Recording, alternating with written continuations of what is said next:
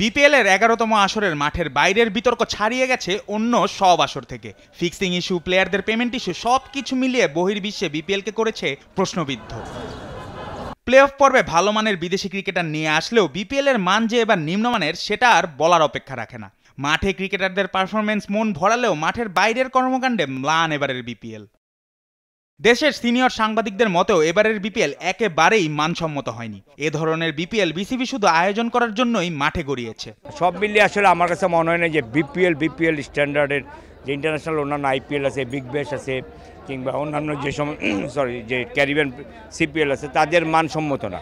কারণ বিপিএল করতে হবে দেখে বিসিবি করতেছে কিনা সেটা বিসিবি ভালো বলতে পারবে। বাট বিসিবিকে যদি করতে হয় তাহলে বিপিএলকে আরও বেশি স্ট্যান্ডার্ড করতে হলে বিসিবির সংশ্লিষ্টতা অনেক বেশি দরকার। কারণ এটার একটা স্টারডমের বিষয় আছে, এটার একটা ফরেন ভালো রিক্রুট থাকা একটা প্লেয়ারের সাথে আমাদের ক্রিকেটাররা যদি খেলে তাহলে স্কিল্ড হবে। এটা সব মিলিয়ে আসলে ওই রকমই হওয়া উচিত, একটা প্ল্যান ওয়াইজ করা উচিত। কিন্তু সব মিলিয়ে আমি বলবো যে বিপিএল আমি আসলে স্যাটিসফাইড না বিপিএল নিয়ে।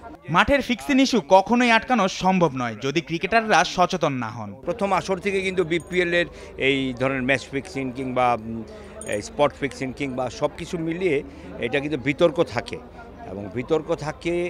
এবং বিতর্কিত হয়। এবছর হয়তো একটু বেশি হয়েছে। এবছর একটু মানে যে বিতর্কিত হওয়ার একটা কারণ হলো যে ফরেন ক্রিকেটাররা রাজশাহীর একটা ম্যাচ বয়কট করেছে, একটা দিন অনুষ্ঠান বর্জন করেছে। এইটা আসলে হওয়া উচিত না। এবং আমি আবারও বলি যে ক্রিকেট বোর্ডকে স্ট্রিক্টলি হ্যান্ডেল করতে হবে সমস্ত কিছুতে, এবং জামানতের বিষয়টা থাকতে হবে, এবং ক্রিকেট বোর্ডকে দায়িত্বশীল হতে হবে, আরও দায়িত্ব নিতে হবে বোর্ডে ক্রিকেটারদের বিষয়। কারণ ক্রিকেটাররা যাতে প্রাণ খুলে খেলতে পারে সেটা খুব দরকার। ফ্র্যাঞ্চাইজি নির্বাচনে পুরোপুরি ব্যর্থ হয়েছে বিসিবি। ফ্র্যাঞ্চাইজি নির্বাচনে বিসিবি আরও শক্ত হওয়ার পরামর্শ দেন এই সিনিয়র সাংবাদিক। এর অনেক আগে থেকেই বিপিএল এর ফ্র্যাঞ্চাইজি নির্ধারণ করে দেওয়া উচিত বলে মত তার। অবশ্যই যাচাই বাছাই করতে হবে ফ্র্যাঞ্চাইজি নির্বাচনে, কারণ ফ্র্যাঞ্চাইজিদের টাকা দেবে না এটা দেশের মান ক্ষুণ্ণ হয়। 2013 সালে 13 জন ইংলিশ ক্রিকেটার আইসিসির কাছে লিখিত অভিযোগ করেছিল যে তারা পারিশ্রমিক পায়নি। সেটা দ্য গার্ডিয়ানের লিখিত লেখা হয়েছিল, প্রকাশিত। তারপরে ক্রিকেট বোর্ড টাকা দিয়েছিল।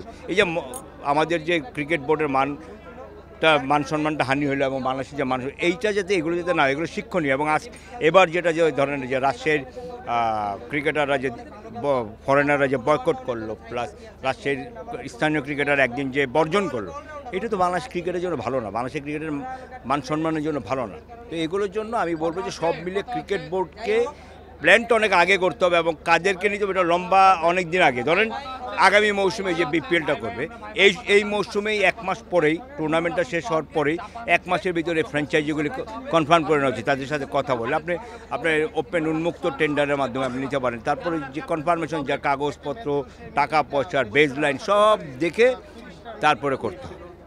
স্পোর্টস ডেস্ক, দেশ টিভি।